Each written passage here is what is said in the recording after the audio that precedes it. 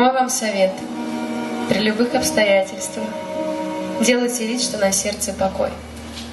Это ваш шанс избежать обязательства. Всем объясняй, что случилось с тобой.